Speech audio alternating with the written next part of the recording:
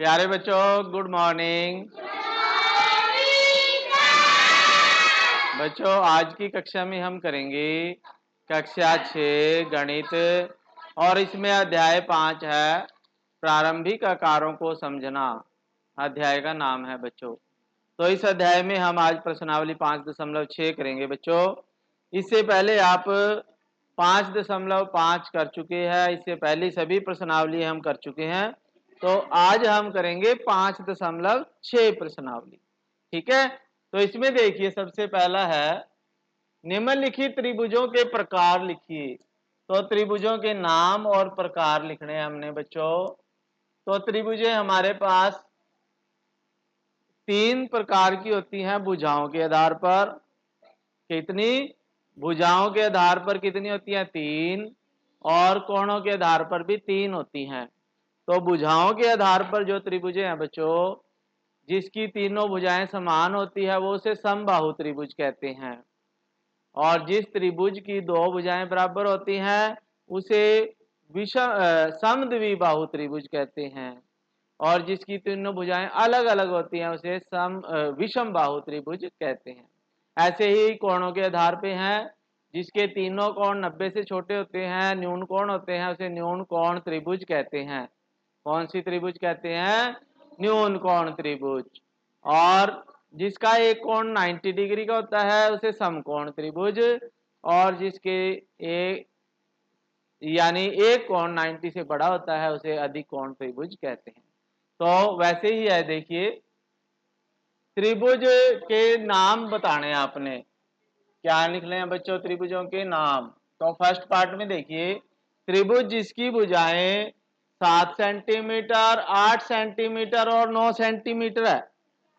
एक त्रिभुज है जिसकी भुजाएं दे रखी हैं 3, ये 7 सेंटीमीटर, 8 सेंटीमीटर और 2 सेंटीमीटर। तो इस त्रिभुज का नाम बताएं क्या होगा, क्योंकि इसमें तीनों भुजाएं अलग अलग हैं। अगर त्रिभुजें तीनों समान होती तो समबाहु हो जाता, लेकिन इसमें तीनों अलग अलग है। तो इसका आंसर यहां पे हम लिखेंगे विषम बाहु त्रिभुज। क्या लिखें बच्चों? विषम बाहु, विषम बाहु त्रिभुज, विषम बाहु त्रिभुज। क्या है इसका नाम? विषम बाहु त्रिभुज।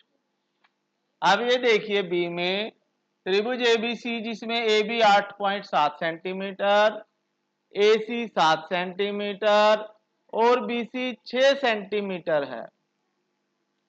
ठीक है, तो इसमें भी तीनों भुजाएं अलग अलग हैं। देखो, एक है 8.7, दूसरी है 7, तीसरी 6। तो तीनों भुजाएं अलग अलग है, तो इसका नाम भी विषम बाहु त्रिभुज आ जाएगा। यही नाम इसका आएगा बच्चों, आंसर विषम बाहु, विषम बाहु। और आगे त्रिभुज लिख लेना आप, विषम बाहु त्रिभुज, विषम बाहु त्रिभुज। ठीक है, फिर उसके बाद सी पार्ट है, त्रिभुज है पी क्यू आर। ये देखो आगे त्रिभुज बन रही है और पी क्यू आर इसका नाम है। पी क्यू बराबर क्यू आर बराबर आर पी बराबर 5 सेंटीमीटर। यानी इसमें तीनों भुजाएं 5 सेंटीमीटर के बराबर हैं, यानी तीनों भुजाएं बराबर हैं एक तरह से। तो इस त्रिभुज का नाम आ जाएगा समबाहु। सम का मतलब समान, बाहु का मतलब भुजाएं, यानी जिसकी तीनों भुजाएं बराबर होती हैं उसे समबाहु त्रिभुज कहते हैं। तो इसका आंसर आप लिखोगे समबाहु, सम बाहु त्रिभुज,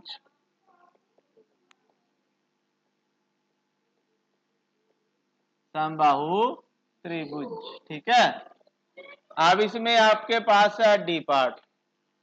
इसमें कह रहे त्रिभुज है डीई एफ, जिसमें एक कोण 90 डिग्री का दे रखा है, कोण डी 90 डिग्री का है। तो ऐसी त्रिभुज जिसमें एक कोण 90 डिग्री का होता है उसे हम समकोण त्रिभुज कहते हैं। तो जिसका एक कोण 90 डिग्री का है उसे समकोण त्रिभुज कहते हैं। तो इसका आंसर आप लिखोगे समकोण। कैसी? समकोण त्रिभुज,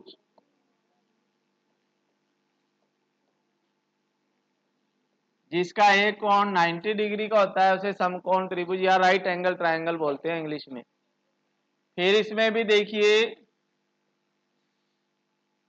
एक्स वाई जेड त्रिभुज है जिसमें कोण वाई दे रखा है 90 डिग्री, यानी एक 90 डिग्री का एंगल मिल गया, इसका मतलब ये समकोण तो है।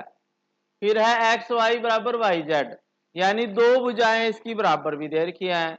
तो ऐसी त्रिभुज जिसकी दो भुजाएं बराबर हों और जिसका एक कोण 90 डिग्री का हो, 90 का हो, तो उसे बोलते हैं समकोण समद्विबाहु त्रिभुज।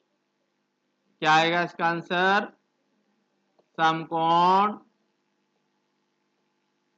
समद्विबाहु त्रिभुज। समद्विबाहु, द्वि का मतलब होता है दो, बाहु का मतलब भुजाएं, जिसकी दो भुजाएं बराबर होती हैं उसे समद्विबाहु त्रिभुज कहते हैं बच्चों। और इसका एक कोण 90 का था, इसलिए यह समकोण समद्विबाहु त्रिभुज हो गई है। फिर एफ में देखिए एल एम एन त्रिभुज है, इसमें एक कोण 30 का है, दूसरा 70 का है, तीसरा 80 का है, तीनों कोण 90 से छोटे हैं, 90 से लेस हैं, तो इसे न्यून कोण त्रिभुज बोलेंगे या एक्यूट एंगल ट्रायंगल इंग्लिश में। तो इसका आंसर आएगा आपका न्यून कोण त्रिभुज। न्यून कोण त्रिभुज जिसके तीनों कोण 90 डिग्री से 90 से छोटे होते हैं, जिसके तीनों कोण 90 से छोटे होते हैं उसे न्यून कोण त्रिभुज कहते हैं। तो ये आपका क्वेश्चन 1 हो चुका है, कर लीजिए बच्चों। आगे है बच्चों प्रश्न 2। प्रश्न 2 में देखिए क्या है, हमारे पास है निम्न का सुमेलन कीजिए, यानी मिलान करना है हमने। कॉलम ए दिया गया है और कॉलम बी दिया गया है, तो उनका मिलान करना है हमने। क्या करना है? मिलान। तो इसमें देखिए त्रिभुज के माप दिए गए हैं और त्रिभुज का प्रकार दिए गए हैं, तो इसमें हमने मिलान करना है। तो इसमें मिलान करेंगे। देखिए फर्स्ट पार्ट है आपका समान लंबाई की तीन भुजाएं, यानी जिस त्रिभुज की तीन भुजाएं समान लंबाई की होती हैं, तीनों भुजाएं एक समान होती हैं, तो उसे क्या कहते हैं बच्चों? उसे कहते हैं समबाहु त्रिभुज। तो इसके आगे मैं ई लिख देता हूं।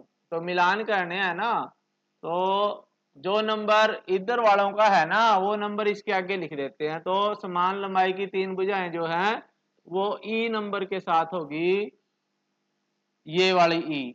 और इसके आगे समबाहु त्रिभुज के आगे मैं इसका नंबर लिख देता हूं, जैसे आई नंबर, यानी फर्स्ट पार्ट वाला जो है समबाहु त्रिभुज है। अच्छा इसमें देखिए समान लंबाई की दो भुजाएं हो, जिसकी जिसकी दो भुजाएं समान लंबाई की होती हैं उसे समद्विबाहु त्रिभुज कहते हैं। तो ये जी वाला, तो जी में आगे 2 लिख देता हूं और इसका जी नंबर यहां लिख देता हूं मैं, जी। फिर है अलग अलग लंबाई की तीन भुजाएं, जिस त्रिभुज की तीनों भुजाएं अलग अलग होती हैं उसे विषम बाहु त्रिभुज कौन कहते हैं? विषम बाहु त्रिभुज। तो विषम बाहु समकोण त्रिभुज है ये। तो इसमें देखिए विषम बाहु त्रिभुज है कहीं और, सम समकोण त्रिभुज, अधिक कोण त्रिभुज, समद्विबाहु समकोण, विषम बाहु त्रिभुज। ठीक है, तो आप इसको इसी के साथ मिलान कर लीजिए। विषम बाहु का ये ए कौन सा नंबर है? 3 नंबर। अलग अलग भुजाएं हैं इसकी तीनों, ठीक है। और इसके आगे ए आ जाएगा, अलग अलग लंबाई की तीनों भुजाएं ए। फिर है तीन न्यून कोण हो, जिसके जिस त्रिभुज के तीनों कोण न्यून कोण होते हैं उसे न्यून कोण त्रिभुज कहते हैं। तो ये एफ नंबर आएगा बच्चों, और ये फोर्थ नंबर इसके आगे लिख लेते हैं, ठीक है। फिर है एक समकोण हो, जिस त्रिभुज का एक कोण समकोण यानी 90 डिग्री का हो तो उसे समकोण त्रिभुज कहते हैं। तो ये डी आ जाएगा इसके आगे, डी, और इसका 5 नंबर यहां पे आ जाएगा। फिर है एक अधिक कोण हो, जिसका एक कोण अधिक कोण होता है उसे अधिक कोण त्रिभुज कहते हैं। कौन सी? अधिक कोण त्रिभुज। तो ये 6 नंबर है और ये अधिक कोण त्रिभुज सी नंबर यहां लिख दो। और अधिक कोण त्रिभुज पे 6 नंबर लिख देते हैं। फिर उसके बाद है ये ई नंबर है, ये जी नंबर है। फिर है दो बराबर लंबाई की भुजाओं के साथ एक समकोण। तो जी वो समद्विबाहु होगी। और तो जिस त्रिभुज की दो भुजाएं समान हो और एक समकोण हो तो उसे बोलेंगे समद्विबाहु समकोण त्रिभुज। तो इसके आगे बी नंबर लिख लीजिए और ये 7 नंबर यहां आ जाएगा इसके आगे। ठीक है, तो ये मिलान हो चुका है, मिलान कर लीजिए बच्चों। आगे चलते हैं। आगे है बच्चों प्रश्न 3। प्रश्न 3 में ये कहता है कि इन त्रिभुजों के दो तरह से नाम लिखिए, एक भुजाओं के आधार पे, एक कोणों के आधार पर। तो इसमें देखिए, इसमें दो भुजाएं समान हैं, 5 और 5। इसमें एक भुजा अलग है। तो ऐसी त्रिभुज जिसकी दो भुजाएं बराबर होती हैं, इसे समद्विबाहु त्रिभुज कहते हैं। क्या कहते हैं बच्चों? समद्विबाहु त्रिभुज। ठीक है, तो इनके नाम लिख लेते हैं पहले हम। तो देखिए इसका नाम हमने लिखा है, क्योंकि इसकी दो भुजाएं 5-5 सेंटीमीटर है, बराबर है, इसलिए समद्विबाहु त्रिभुज इसका नाम है। और क्योंकि इसमें तीनों कोण 90 से छोटे हैं, 90 से छोटे हैं, इसलिए न्यून कोण त्रिभुज भी इसका नाम है। फिर ए का हो गया। फिर हम बी का नाम लिखेंगे। बी में देखिए तीनों भुजाएं अलग अलग हैं और एक कोण समकोण है। तो ये समकोण त्रिभुज भी है और विषम बाहु त्रिभुज भी है। तो बी का नाम यहां पे लिख देता हूं मैं, विषम बाहु, क्योंकि तीनों अलग अलग हैं। विषम बाहु त्रिभुज। और ये क्योंकि इसमें एक कोण 90 डिग्री का है, तो इसे समकोण त्रिभुज भी कहेंगे, समकोण त्रिभुज।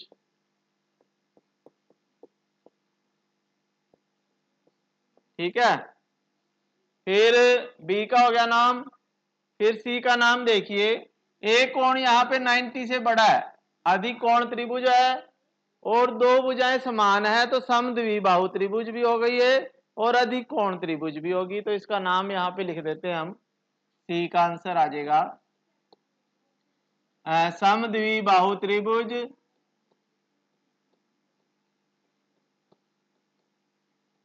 त्रिभुज और अधिक कोण त्रिभुज इसका नाम है, अधिक कोण त्रिभुज।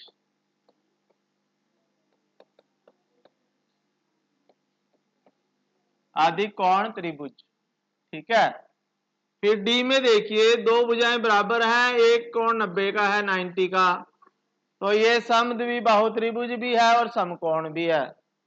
तो डी का आंसर यहीं लिख देते हैं हम, डी का आंसर। तो ये आ जाएगी समकोण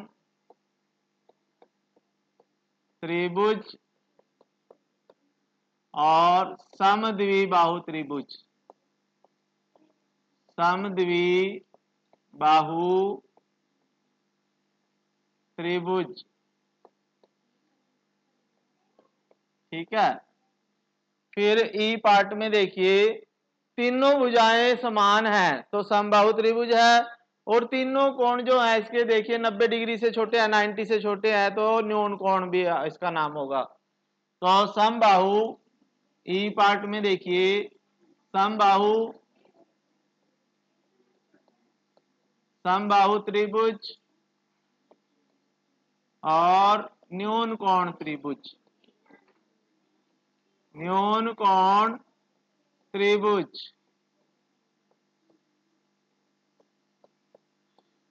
फिर एफ पार्ट में रह गया, ये इसके लिख लेते हैं। तीनों भुजाएं अलग अलग हैं, विषम बाहु त्रिभुज और एक अधिक कोण है, अधिक कोण त्रिभुज। तो इसका नाम आ जाएगा विषम बाहु त्रिभुज विषम बाहु त्रिभुज और अधिक कोण त्रिभुज, अधिक कोण त्रिभुज। तो ये सभी के नाम हो चुके हैं। क्वेश्चन 3 हो चुका है, कर लीजिए बच्चों। आगे है बच्चों प्रश्न 4 देखें सभी बच्चे ध्यान से। प्रश्न 4 में ये कहता है कि माचिस की तीलियों की सहायता से, माचिस की तीलियां हैं हमारे पास, तो उनकी सहायता से हमने त्रिभुजें बनानी है। तो जैसे हमारे पास 3 माचिस की तीलियां हैं, तो उससे हम कितनी त्रिभुजें बना सकते हैं? तो इसमें इससे बनाएंगे ए पार्ट में, जैसे आपके पास यहाँ पे है, तो 3 माचिस की तीलियां हमारे पास, तो उससे त्रिभुज बना लेते हैं। 1 माचिस की तीली, 2 और 3। तो ये देखिए आपके पास 3 माचिस की तीलियां थी, तो उनसे आपने त्रिभुज बना दी। तो इसका नाम क्या आएगा? तीनों भुजाएं समान है, तो इसका नाम समबाहु त्रिभुज है बच्चों। समबाहु त्रिभुज, सम त्रिभुज, ठीक है। फिर बी में देखिए, पहला हे कर दिया हमने। बी में 4 माचिस की तीलियां हैं। कितनी हैं? 4। तो 4 माचिस की तीलियों से हम त्रिभुज बना सकते हैं या नहीं? हैं? अब देखो 4 माचिस की तीलियों से हम त्रिभुज नहीं बना सकते, ठीक है। तो यहाँ पे लिखोगे त्रिभुज नहीं बना सकते, त्रिभुज नहीं बना सकते,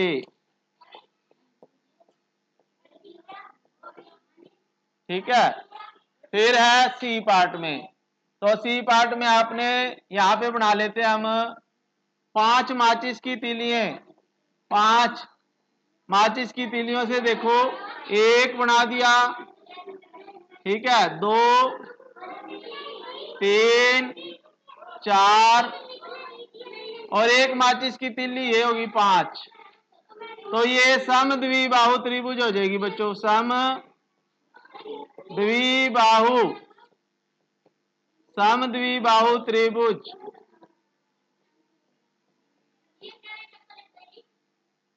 फिर आपने 6 बनानी है।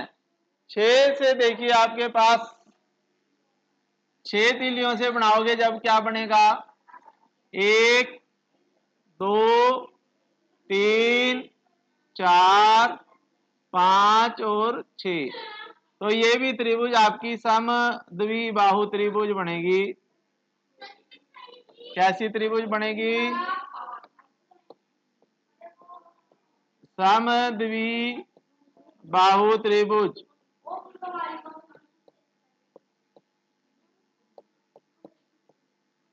ठीक है बच्चों, तो ये हमने कर लिया, प्रश्नावली भी कंप्लीट हो चुकी है।